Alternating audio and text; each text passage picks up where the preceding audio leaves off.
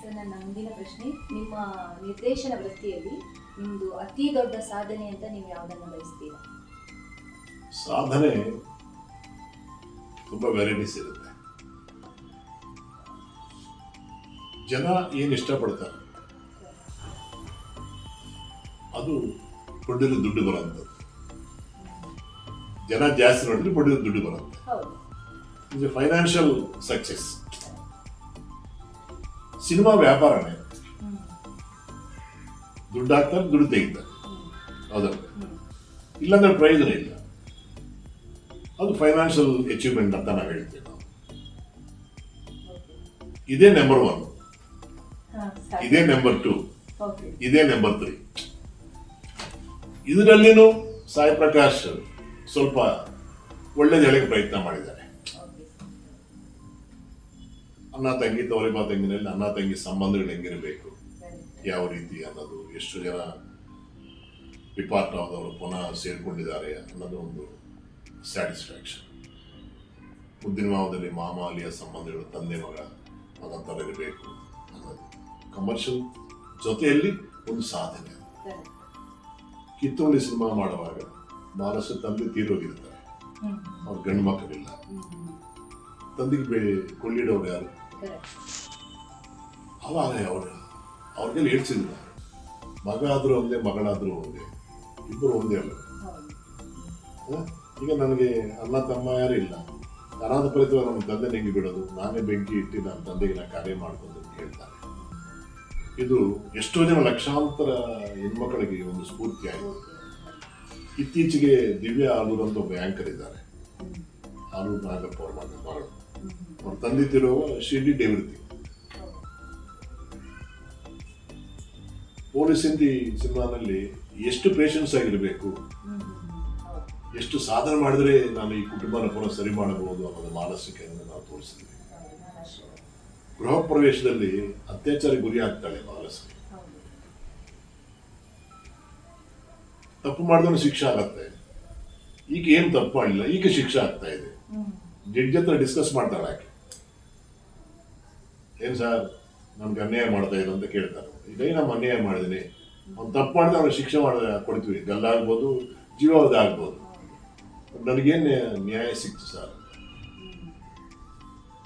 ನಿಮ್ಗೇನು ನ್ಯಾಯ ಬೇಕು? ನನ್ನ ಜೀವನ ಪರ್ಯಂತ ಕೊಡಬೇಕಲ್ವ ನಾನು, ಅತ್ಯಾಚಾರ ಗುರಿ ಆದಂತ ಏನು ಅಂತ.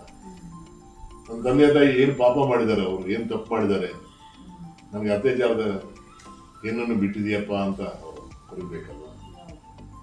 ನಿಮ್ಮ ಕಾನೂನಲ್ಲಿ ಇದೆಯಲ್ಲ, ತಪ್ಪು ಮಾಡಿದವ್ರು ತಪ್ಪಿಸ್ಕೊಂಡು ಹೋಗ್ಬೋದು, ತಪ್ಪು ಮಾಡಿದವ್ರಿಗೆ ಶಿಕ್ಷೆ ಆಗಬಾರ್ದು ಅಂತ.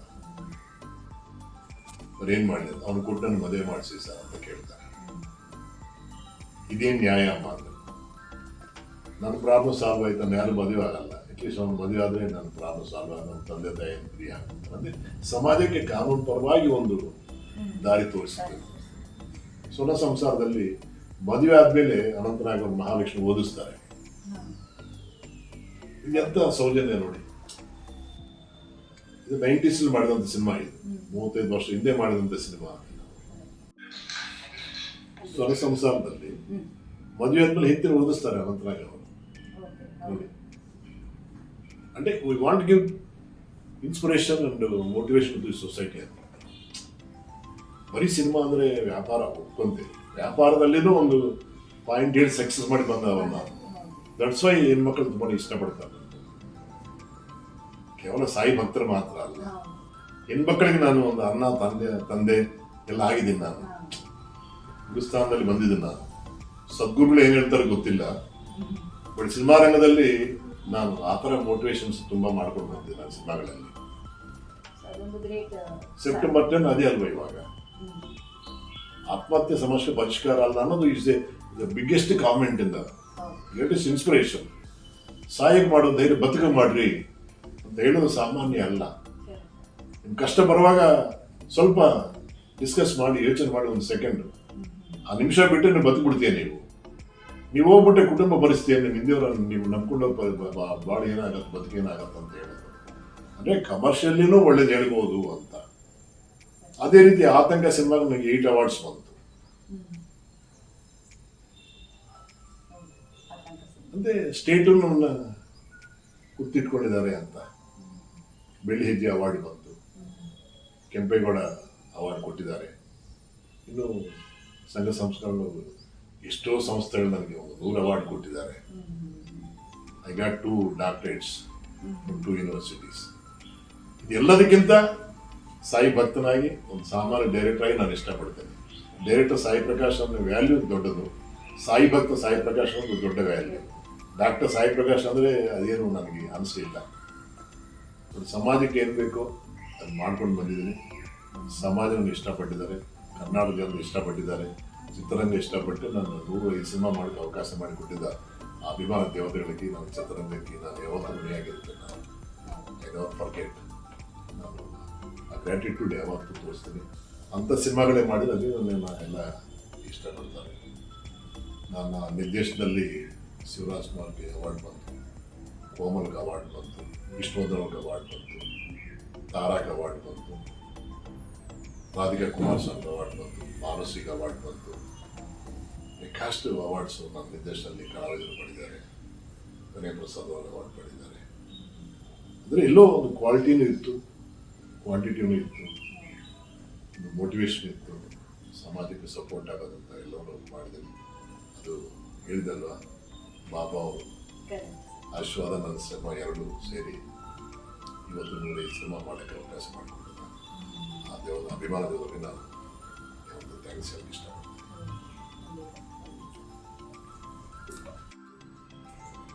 ಸರ್, ಮುಂದಿನ ಪ್ರಶ್ನೆ, ಇಂದಿನ ಸಮಾಜದಲ್ಲಿ ನೀವು ಕನ್ನಡ ಚಲನಚಿತ್ರ ಪಾತ್ರಗಳನ್ನು ಹೇಗೆ ನೋಡ್ತೀವಿ? ಸಮಾಜ ಇವಾಗ ಎಲ್ಲೋ ಕುಸಿತಾಯ್ತು ಅಂತ ಅನಿಸ್ತದೆ. ಒಂದು ಕಾಲದಲ್ಲಿ ಸಿನಿಮಾನೇ ದೊಡ್ಡ ಇನ್ಸ್ಪಿರೇಷನ್ ಅಂತ ಅನ್ಕೊಂಡಿದ್ದೀವಿ ನಾವು. ಇವಾಗ ಸಿನಿಮಾ ಇನ್ಸ್ಪಿರೇಷನ್ಗಿಂತ OTT ಪ್ಲಾಟ್ಫಾರ್ಮ್ ಆಗಬಹುದು, ಈ ಸೋಷಿಯಲ್ ಮೀಡಿಯಾ ಆಗಬಹುದು, ಇದೇ ಜಾಸ್ತಿ ಪವರ್ ತರ್ತಾ ಇದೆ. ಧರ್ಮಸ್ಥಳ ವಿಷಯ ತಗೊಳ್ಳುವಾಗ ನಿಜಕ್ಕಿಂತ ಸುಳ್ಳೆ ಜಾಸ್ತಿ ಅಭಿನಯಿಸ್ತಾ ಇದ್ದಾರೆ. This is not good. Rajkumar ಅವ್ರ ಸಿನಿಮಾ ನೋಡುವಾಗ, ವಿಷ್ಣುವರ್ಧನ್ ಅವ್ರ ಸಿನಿಮಾ ನೋಡುವಾಗ, ಶಂಕರ್ ನಾಗ್ ಅವ್ರ ಸಿನಿಮಾ, ರವಿಚಂದ್ರ ಸಿನಿಮಾ ನೋಡುವಾಗ ಎಂಟರ್ಟೈನ್ಮೆಂಟ್ ಜನ ಇಷ್ಟಪಟ್ಟಿದ್ದಾರೆ. ಒಂದು ಬಂಗಾರದ ಮನುಷ್ಯ ಸಿನಿಮಾ ನೋಡಿ ಎಷ್ಟೋ ಜನ ಹಳ್ಳಿಗೆ ಹೋಗಿ ನಾವು ವ್ಯವಸಾಯ ಮಾಡೋಣ ಅಂತ ಅನ್ಕೊಂಡಿದ್ದಾರೆ. ಅದು ಸಿನಿಮಾ ಅಂದ್ರೆ. ಈಗ ಸಮಾಜದಲ್ಲಿ ಹೆಣ್ಮಕ್ಕಳು ಸಾಧನೆ ಮಾಡಬೇಕು, ಸರಿಸಮಾನವಾಗಿ ಮೆನ್ ಅಂಡ್ ವುಮೆನ್ ಒಂದು ಪ್ಲಾಟ್ಫಾರ್ಮ್ ಬರಬೇಕು ಅನ್ನೋದಕ್ಕೆ I C always welcome. But ಇವಾಗಿರೋ ಸಂಸ್ಕೃತಿ ತುಂಬಾ ಕೆಟ್ಟದಾಗಿದೆ. ಲಿವಿಂಗ್ ಟುಗೆದರ್ ಆಗ್ಬೋದು, ಬೇರೆ ರೀತಿ ಕೋರ್ಟ್ ಸಂದೇಶಗಳನ್ನ ಮಿಸ್ಯೂಸ್ ಮಾಡೋಂಥ ಇಲ್ಲಿಗಲ್ ರಿಲೇಶನ್ಶಿಪ್ಸ್ ಆಗ್ಬೋದು. ಇದು ಯಾವುದನ್ನು ನಮ್ಮ ಸಂಸ್ಕಾರಕ್ಕೆ, ನಮ್ಮ ಸಿನಿಮಾಗೆ ಸಂಬಂಧಪಟ್ಟದಲ್ಲ. ಇದು ಯಾವುದೋ ವಿದ್ಯಾ ಮಾಯನಿಂದ ಈ ರೀತಿ ಮಾಡ್ತಾ ಇದ್ದಾರೆ ಇವಾಗ. ಅದೆಲ್ಲ ನಾವು ಸಿನಿಮಾ ಮಾಡೋಕ್ಕಾಗಲ್ಲ. ನಿಜ ಹೇಳ್ಬೇಕಂದ್ರೆ ಮದುವೆಯಾದ ಜನ ಗಂಡನ ಹನಿಮೂನ್ ಕರ್ಕೊಂಡು ಅಲ್ಲೇ ಸುಪಾರಿ ಕೊಟ್ಟು ಸಾಯಿಸ್ತಾ ಇದ್ದಾರೆ. ಮದುವೆ ಆದ್ಮೇಲೆ ಹನಿಮೂನ್ ಕರ್ಕೊಂಡು ಹೋಗಿ ಸೆಲ್ಫಿ ತಗೊಂಡು ನನ್ನ ಗಂಡನ ನದಿಗೆ ಹಾರಿಸ್ತಾ ಇದ್ದಾರೆ.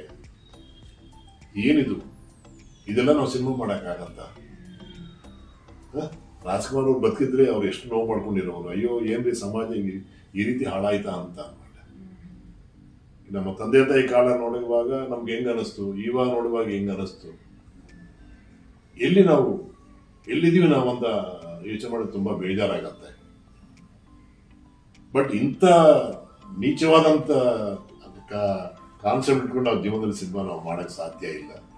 ಅಂತ ಸಿನಿಮಾಗಳು ಯಾರು ಮಾಡ್ತಾ ಇಲ್ಲ ಇವಾಗ. ಸಿನಿಮಾನಲ್ಲಿ ಒಂದು ಎಂಟರ್ಟೈನ್ಮೆಂಟ್, ಸಿನಿಮಾನದು ಒಂದು ಮನೋರಂಜನೆ ಮಾತ್ರ. ಆದ್ರೆ ಒಳ್ಳೇದು ಹೇಳ್ತೀವಿ, ಇಲ್ಲಾಂದ್ರೆ ಕೆಟ್ಟದೇ ಹೇಳಂಗಿಲ್ಲ ಅಂತ. ಅದಕ್ಕೊಂದು ಸೆನ್ಸಾರ್ ಇದೆ, ಸಿನಿಮಾಗೊಂದು ಸೆನ್ಸಾರ್ ಇದೆ. ನಮ್ಮನೇಲಿ ನನ್ನ ಮಿಸ್ಸೆಸ್ಸೇ ಒಂದು ದೊಡ್ಡ censor officer. She never support to do bad films. ದುಡ್ಡುಗೋಸ್ಕರ ನೀವು ಕೆಟ್ಟ ಸಿನಿಮಾ ಮಾಡಬೇಡಿ ಅಂತಲೇ ಅವರು ಸೀರಿಯಸ್ ಆಗಿ ಹೇಳ್ತಾರೆ. ನನ್ನ ಮ್ಯಾಕ್ಸಿಮಮ್ 105 ಸಿನಿಮಾಗಳಲ್ಲಿ ಯು ಸರ್ಟಿಫಿಕೇಟೇ 99%. ಎಲ್ಲಿಂದ ನಾನು ಅಶ್ಲೀಲತೆ ಆಗ್ಬೋದು, ಡಬಲ್ ಮೀನಿಂಗ್ ಆಗ್ಬೋದು, ಆ ಥರ ಯಾವತ್ತೂ ನಾನು ಮಾಡಲಿಲ್ಲ. ಸಮಾಜದ ಸರಿ ಮಾಡೋಕ್ಕೆ ಪ್ರಯತ್ನ ಮಾಡಿದ್ದೀನಿ ನಾನು. ಈಗಿರೋ ಸಮಾಜ ನಾವು ಯಾವ ಕಾರಣಕ್ಕೆ ಯಾವ ಪಾತ್ರನೂ ಯಾವ ಸನ್ನಿವೇಶ ತಗೊಳ್ಳೋಕ್ಕೆ ಅವಕಾಶನೇ ಐ ನೆವರ್ ಇಮ್ಯಾಜಿನ್ ಇಷ್ಟು ಹಾಳಾಗತ್ತ ಸಮಾಜ ಅಂತ ನಾನು ಅನ್ಕೊಳ್ಳಿಲ್ಲ. ನಾನು ಸ್ತ್ರೀ ಅಂದರೆ ದೇವತೆ ಅಂತೀವಿ, ನಾವು ಶಕ್ತಿ ಅಂತೀವಿ. ನಾವು ಇಲ್ಲಿ ಸ್ತ್ರೀಗೆ ಗೌರವ ಕೊಡ್ತೀವೋ ಅಲ್ಲಿ ನಾವು ಮೇಲೆ ಹೋಗ್ತೀವಿ, ಎಷ್ಟೋ ಸಾಧನೆ ಮಾಡ್ತೀವಿ, ಅನುಗ್ರಹ ಸಿಕ್ಕತ್ತಂತ. ಇವಾಗ ಆ ಸ್ತ್ರೀ ಮೂರ್ತಿಗಳೇ ಬೇರೆ ಥರ ಆಗಿದ್ದಾರೆ ಇವಾಗ. ನಿಜವಾಗ್ಲೂ ಸಿನಿಮಾನಲ್ಲಿ ಇಷ್ಟು ಕೆಟ್ಟದಿಲ್ಲ ಅಂತ ನಾನು ಹೇಳಕ್ಕೆ ಇಷ್ಟಪಡ್ತೀನಿ ನಾವು. ಯಾಕಂದ್ರೆ ನಾನು 1972 ಫಿಲ್ಮ್ ಇಂಡಸ್ಟ್ರಿಯಲ್ಲಿ ಇದ್ದೀನಿ ನಾನು. ಇವಾಗ ಸಿನಿಮಾ ಫೀಲ್ಡ್ ಹಂಗೆ ಇದೆ, ಬಟ್ ಜನ ಮಾತ್ರ ಯಾಕೋ ಇದಾಗಿದ್ದಾರೆ. ಈ ಪಾತ್ರಗಳು, ಈ ಸನ್ನಿವೇಶಗಳು ನಾವು ಸಿನಿಮಾನು ಮಾಡೋಕ್ಕಾಗಲ್ಲ. ಇಂಥದ್ದು ಇನ್ಸ್ಪೈರ್ ಆಗಿ ಯಾರಿಗೂ ಸಿನಿಮಾ ಮಾಡೋಕ್ಕೂ ನಾನು ಇಷ್ಟಪಡಲ್ಲ. ಅಂಥವ್ರಿಗೆ ನಾನು ಸಲಹೆ ಕೊಡ್ತೀನಿ. ಅದಕ್ಕೆ ಸಿನಿಮಾ ಮಾಡೋಕ್ಕಿಂತ ಸಣ್ಣ ವ್ಯಾಪಾರ ಮಾಡ್ಕೊಂಡು ಬದುಕ್ಬೋದು ನಾವು, ತರಕಾರಿ ಮಾಡ್ಕೊಂಡು ಬದುಕ್ಬೋದು ನಾವು. ಬಟ್ ಕೆಟ್ಟ ಸಿನಿಮಾಗಳು ಯಾರು ಮಾಡಬಾರ್ದು. ಈ ಸಮಾಜನ ನಾವು ಯಾವತ್ತೂ ಹಾಳು ಮಾಡಿ ಫಸ್ಟ್ ಹೇಳಿದ್ದೀನಿ ನಾನು. ನನ್ನ ಸಿನಿಮಾ ನೋಡಿ ಯಾರು ಹಾಳಾಗದೆ ಥರ ಇದ್ರೆ ನಾನು ಸಿನಿಮಾ ಮಾಡ್ತೀನಿ. ಈಗ ಸಮಾಜ ತುಂಬ ಕುಗ್ಗೋಗ್ತಾ ಇದೆ, ಎಲ್ಲೋ ದಾರಿ ತಪ್ಪುತ್ತಾ ಇದೆ, ಬೇಜಾರಾಗತ್ತೆ. ದಯವಿಟ್ಟು ಎಲ್ಲರೂ ಬೇಡೋದೇ ತಂದೆ ತಾಯಿ ಗೌರವ ಕೊಡಿ. ನಿಮಗೋಸ್ಕರ 24 ಗಂಟೆ ತಂದೆ ತಾಯಿ ಕಷ್ಟಪಟ್ಟು ಸಂಪಾದನೆ ಮಾಡ್ತಾರೆ. ನೀವು ದೊಡ್ಡವರಾದ್ಮೇಲೆ, ಮದುವೆ ಆದ್ಮೇಲೆ, ಕೆಲಸ ಬಂದ ಮೇಲೆ ತಂದೆ ತಾಯಿನ ಬೆಳೀತಾ ಇದ್ದೀರಾ. ವೃದ್ಧಾಶ್ರಮ ಬೆಳೀತಾ ಇದೆ. NRIಗೆ ಓಕೆ, ಯಾಕಂದ್ರೆ ಅವರು ಕ್ಷಣ ಬರೋಕ್ಕಾಗಲ್ಲ. ಅವರಿಗೆ ವೃದ್ಧಾಪ್ಯ ಬಂದ ಮೇಲೆ ಇವರು ಅಮೆರಿಕ ಹೋಗಿ ಇರೋಕ್ಕಾಗಲ್ಲಪ್ಪ ಕಂಟ್ರಿನಲ್ಲಿ. ಅಲ್ಲಿನೂ ಅವರು ಗಂಡ ಇದ್ದು ಕೆಲಸ ಮಾಡ್ತಾ ಇರ್ತಾರೆ, ಅವ್ರು ನೋಡ್ಕೊಳಕ್ಕಾಗಲ್ಲ. ಅವ್ರಿಗೂ ಓಕೆ. ಪ್ರತಿಯೊಬ್ಬರು ಅದೇ ದಾರಿ ಹಿಡಿದ್ರೆ ತಪ್ಪಾಗತ್ತೆ. ನಿಮ್ಮನ್ನು ಹಂಗೆ ಸಾಕಿದಾರ, ನಿಮ್ಮ ಚಿಕ್ಕವರಾಗಿ ನಿಮ್ಮನ್ನು ಅನಾಥರಾಗಿ ಏನಾಗಿರ್ಬೋದು ನಿಮ್ಮ ಬದುಕು. Everybody should think. ಪ್ರತಿಯೊಬ್ಬರು ಮಗಳಾಗಿದ್ದಾಗ ಚೆನ್ನಾಗಿರ್ತಾರೆ, ಸೊಸೆ ಹಾಕಿದ್ರೆ ಯಾಕೆ ಕೆಟ್ಟವರಾಗ್ತಾರೆ. ಪಾತ್ರ ಚೇಂಜ್ ಆದ ತಕ್ಷಣ ಯಾಕೆ ಚೇಂಜ್ ಆಗಬೇಕು? ಇದೆಲ್ಲವೂ ಭಗವದ್ಗೀತೆ ಕೇಳಬೇಕು ಪ್ರತಿನಿತ್ಯ ನಾವು. ಕೃಷ್ಣ ಪರಮಾತ್ಮ ಏನು ಹೇಳಿದ್ದಾನೆ, ಬೈಬಲ್ನಲ್ಲಿ ಆ ರೀತಿ ಹೇಳಿದಾರ, ಕುರಾನ್ನಲ್ಲಿ ಆ ರೀತಿ ಹೇಳಿದಾರ. ಮಗಳಾಗಿರುವಾಗ ಚೆನ್ನಾಗಿರೋ, ಸೊಸೆ ಆಗಿದ್ರೆ ಹಾಳಾಗಿ ಸಂಸಾರ ಹಾಳು ಮಾಡಿಬಿಡಿ ಅಂತ ಏನಾದ್ರು ನಮ್ಮ ಗ್ರಂಥದಲ್ಲಿ ಏನಾದ್ರು ಹೇಳಿದಾರ? ಇಲ್ಲದಾನೆ. ಪ್ರತಿಯೊಂದು ಧರ್ಮದಲ್ಲಿ ಹೇಳಿದ್ರು ಒಳ್ಳೆಯದನ್ನು ಮಾಡಿ, ಒಳ್ಳೆಯದನ್ನೇ ಬಯಸಿ, ಒಳ್ಳೆಯದನ್ನು ಪಡಿ ಅಂತ ಹೇಳ್ತಾರೆ. But we are forgetting everything. ಮಾಡಬಾರದು. ತಂದೆ ತಾಯಿ ಗೌರವ ಕೊಡಿ, ಅಣ್ಣ ತಂಗಿಗೆ ಗೌರವ ಕೊಡಿ, ಅತ್ತ ಮಾವ ಗೌರವ ಕೊಡಿ. ನಿಮ್ಮ ತಂದೆ ತಾಯಿನ ಯಾವ ರೀತಿ ಇಷ್ಟಪಡ್ತೀವಿ ಅತ್ತ ಮಾವನ ಅದೇ ರೀತಿ ಇಷ್ಟಪಡಿ. ನಾವೆಲ್ಲ ಚೆನ್ನಾಗಿರ್ಬೇಕು. ಅವ್ರ ಜೊತೆ ಇರಬೇಡ, ಬೇರೆ ಕಡೆ ಇರಿ, కానీ ಇವರು ತೊಂದರೆ ಕೊಡಬೇಡ, ಇವನ್ನ ನಾಯಿಗಿಂತ ಕಡಿಮೆಯಾಗಿ ನೋಡಬೇಡ ಅಂತಾನೆ ನಾವು ಸಮಾಜಕ್ಕೆ ಹೇಳಬೇಕು. ತುಂಬಾ ತುಂಬಾ ನೋವಾಗತ್ತಮ್ಮ ಇವಾಗ ಸಮಾಜ ನೋಡಿದ್ರೆ. ನೀವು ಅಬ್ಸರ್ವ್ ಮಾಡ್ತಾ ಇದ್ದೀರಿ, ಯೂಟ್ಯೂಬರ್ ಆಗಿ ನೀವು ಅಬ್ಸರ್ವ್ ಮಾಡ್ತಾ ಇದ್ದೀರಿ. ನೀವು ಒಳ್ಳೆ ಸಂದೇಶ ಸಮಾಜಕ್ಕೆ ಕೊಡಿ, ಚೆನ್ನಾಗಿರ್ತಾರೆ. ಯಾಕಂದ್ರೆ ಬೇಕು, ಯಾರೊಬ್ಬರು ಹೇಳ್ತಾ ಇರಬೇಕು. ಭಗವದ್ಗೀತೆ ಇರೋ ಕಾರಣದಿಂದ ನಾವು ಯೋಚನೆ ಮಾಡ್ತಾ ಇದ್ದೀವಿ, ಬೈಬಲ್ ಇರೋ ಕಾರಣದಿಂದ ನಾವು ಯೋಚನೆ ಮಾಡ್ತಾ ಇದ್ದೀವಿ, ಕುರಾನ್ ಇರೋ ಕಾರಣದಿಂದ ನಾವು ಯೋಚನೆ ಮಾಡ್ತಾ ಇದ್ದೀವಿ. ಇಲ್ಲಾಂದ್ರೆ ನಮ್ಗೇನು ಗತಿ ಇಲ್ಲ. ಇದು ಕೈ ಸಿಕ್ಕಂತ ಗ್ರಂಥಗಳಿದು, ಎಲ್ಲ ಓದಿರೋಂಥ ಗ್ರಂಥಗಳಿದು. ಅದರಲ್ಲಿ ಒಳ್ಳೆಯದೇ ಇದೆ, ಫಾಲೋ ಮಾಡಬೇಕಂತ ನಾವು ಕೇಳ್ಕೊತೀವಿ. ಡಾಕ್ಟರ್ ಕೆಟ್ಟವರಾಗಬಾರದು, ಪೊಲೀಸವ್ರು ಕೆಟ್ಟವರಾಗಬಾರದು, ಲಾಯರ್ ಕೆಟ್ಟವರಾಗಬಾರದು, ಯಾರು ಕೆಟ್ಟವರಾಗಬಾರದು. ಧರ್ಮವಾಗಿ ಮಾಡಬೇಕು, ಧರ್ಮವಾಗಿರಬೇಕು. ಆವಾಗ ಎಲ್ಲ ಚೆನ್ನಾಗಿ ಆನಂದವಾಗಿರ್ತೀವಿ. God bless you.